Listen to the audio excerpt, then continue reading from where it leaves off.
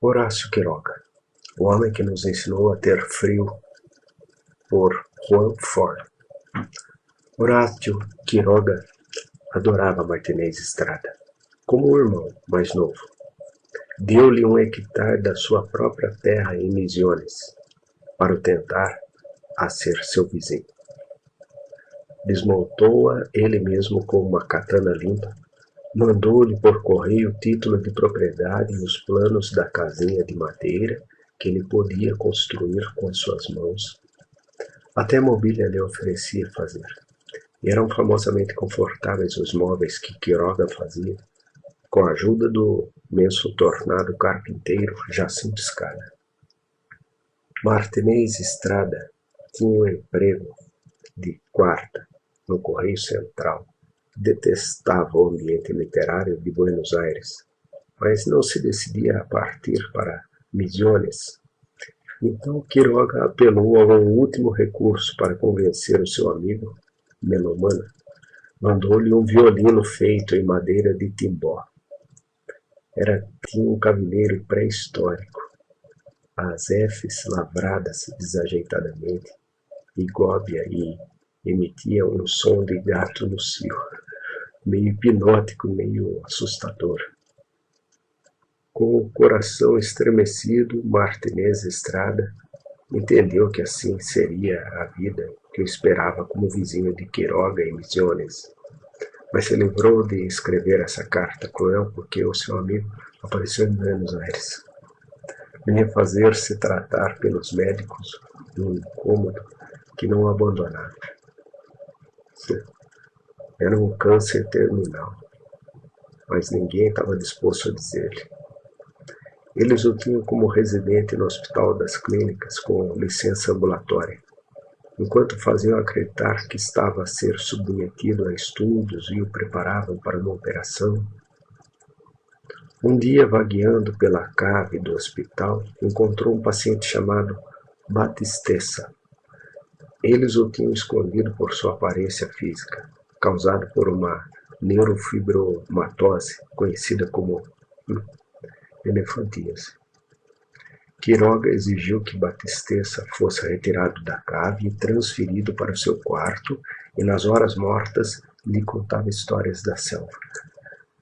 Um dia Batistessa ouviu os médicos falarem e foi dizer a Quiroga que a operação projetada era um simples e doloroso adiamento da morte.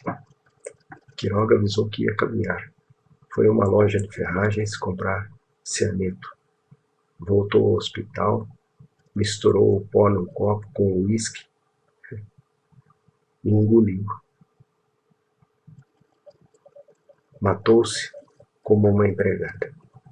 Disse Lugones que um ano depois se suicidaria da mesma forma, no Tigre. Não se vive na selva impunemente.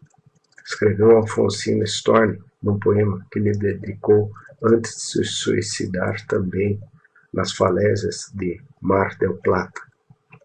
Nem Lugones, que tinha sido seu mestre e protetor, nem Alfonsina, que tinha sido sua amante, acompanharam as cinzas do falecido ao Uruguai.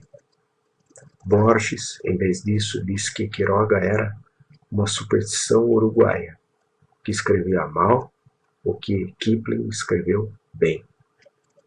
Sim, foi da comitiva.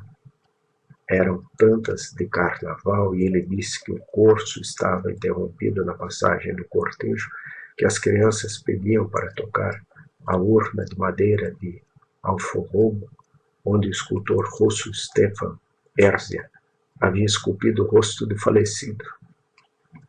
Às vezes os opostos concordam. Art aconteceu algo parecido com Quiroga. Ele também o tinha escarnecido numa água forte sobre a fundação da SAD, criada para defender os direitos dos escritores. Escreveu: a ideia deve ser de Quiroga, homem que gasta barba, sefarade e uma prova de falsificador de moeda que assusta. Mas conta Onete que, no dia em que Quiroga morreu, Art estava sentado no fundo de uma longa mesa, ignorando ferovelmente os comentários sobre o morto, até que o seu amigo Costa chegou e disse que 3 dias antes tinha cruzado Quiroga na rua. Vestia-se como um clochard, a barba devorava-lhe mais da metade da cara. Seguia-lhe a distância desde o parque japonês até a última mulher que seguiu pela rua, uma beleza que cortava a respiração. Era a famosa viúva de Gomes Carrillo, que na altura namorava com Saint-Exupéry. Costa estava lhe dizendo quando o francês saiu do Hotel Plaza para encontrar sua dama e abraçou-a. Quiroga, contemplando a cena, murmurou: gostaria de ter sido aviador. E saiu, enrolado no seu sobretudo com o pijama embaixo, em pleno janeiro, rumo à sua cama no Hospital das Clínicas. No fundo da mesa, por trás do fumo do seu cigarro, ouviu-se a voz rígida de Arlen. Mudei minha opinião sobre Quiroga. Não podia ser diferente.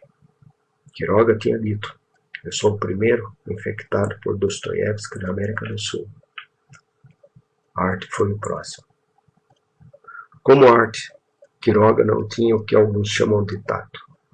Outros, hipocrisia, outras relações públicas. Aos 20 anos partiu de Montevidéu para Paris, vestido como um dandy, em camarote próprio. Voltou 3 meses depois, na 3ª classe, com as calças rasgadas e as lapelas levantadas para que não se visse que não tinha colarinho na camisa. Quando Montevidéu se tornou impossível, mudou-se para Buenos Aires. Pode me explicar por que escreve como espanhol, se é argentino? Disse na carta de Larreta, há menos de um mês de chegar. Não suporto os gaúchos do carnaval, disse Lugones logo depois. Escandalizou Manuel Galvez com a sua história de um amor obscuro baseada na sua relação com Ana Maria Cirés, garota que levou Misiones para viver e lhe deu 2 filhos e depois suicidou-se de forma atroz. Estava agonizando 2 dias antes de morrer. Quiroga criou esses filhos no amor da selva, deixando-os dormir sozinhos em cima de uma árvore ou sentar-se durante horas à beira de um precipício, para o horror da mãe. Quando ela morreu, voltou com esses filhos para Buenos Aires. Viveu primeiro em um porão na rua Keren, depois em um caseiro em Vicente Lopes, onde tinha um coate chamado Tutankhamon, uma coruja chamada Pitágoras e um jacaré chamado Cleópatra, além de uma enorme canoa aerodinâmica que calafetava infinitamente, que não parecia um barco, mas uma criatura das águas. No bairro, nos jornais e nos cenáculos literários, o acusavam de escrever para assustar as pessoas, de trazer a floresta para a cidade, de encher a barbárie para a civilização. Quando publicou seu famoso decálogo do perfeito contador de histórias, Nalé Roslo diz que parecia um manual do mestre Ameixe, escrito pelo velho Vizcacha. Sabe o que você é? Um anarco-individualista que se contenta com a sua própria liberdade. Você não se importa que todos os homens sejam livres, disse Álvaro Jung, quando lhe levou um convite para conhecer a União Soviética, e Quiroga respondeu que preferia voltar para a selva. Foi isso que ele fez com uma segunda esposa 30 anos mais nova que ele, que preferiu abandoná-lo antes de enlouquecer. Na selva também não entendiam, zombavam do lindo labirinto de bambu que tinha feito para aquela segunda esposa, que escondia um jardim de orquídeas no seu centro. As equipes que passavam e ouviam deslumbrando ao sol gritavam-lhe: não tem pessoal, patrão? Não roube o trabalho dos peões.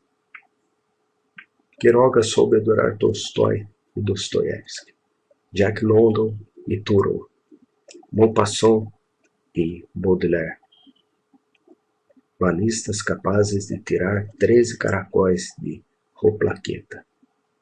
Falou como se estivesse sempre com febre e sob frio, até na selva missionária. Na última carta aos seus filhos disse-lhes: procuro o que raramente se encontra, Sou capaz de partir um coração por ver o que tem dentro de si, a troca de me matar sobre os restos desse coração. Martinez Estrada escreveu depois de sua morte: com ele, aprendemos a contar a sério. E se olharmos a literatura argentina daqui, se analisarmos o seu DNA, não há como discordar.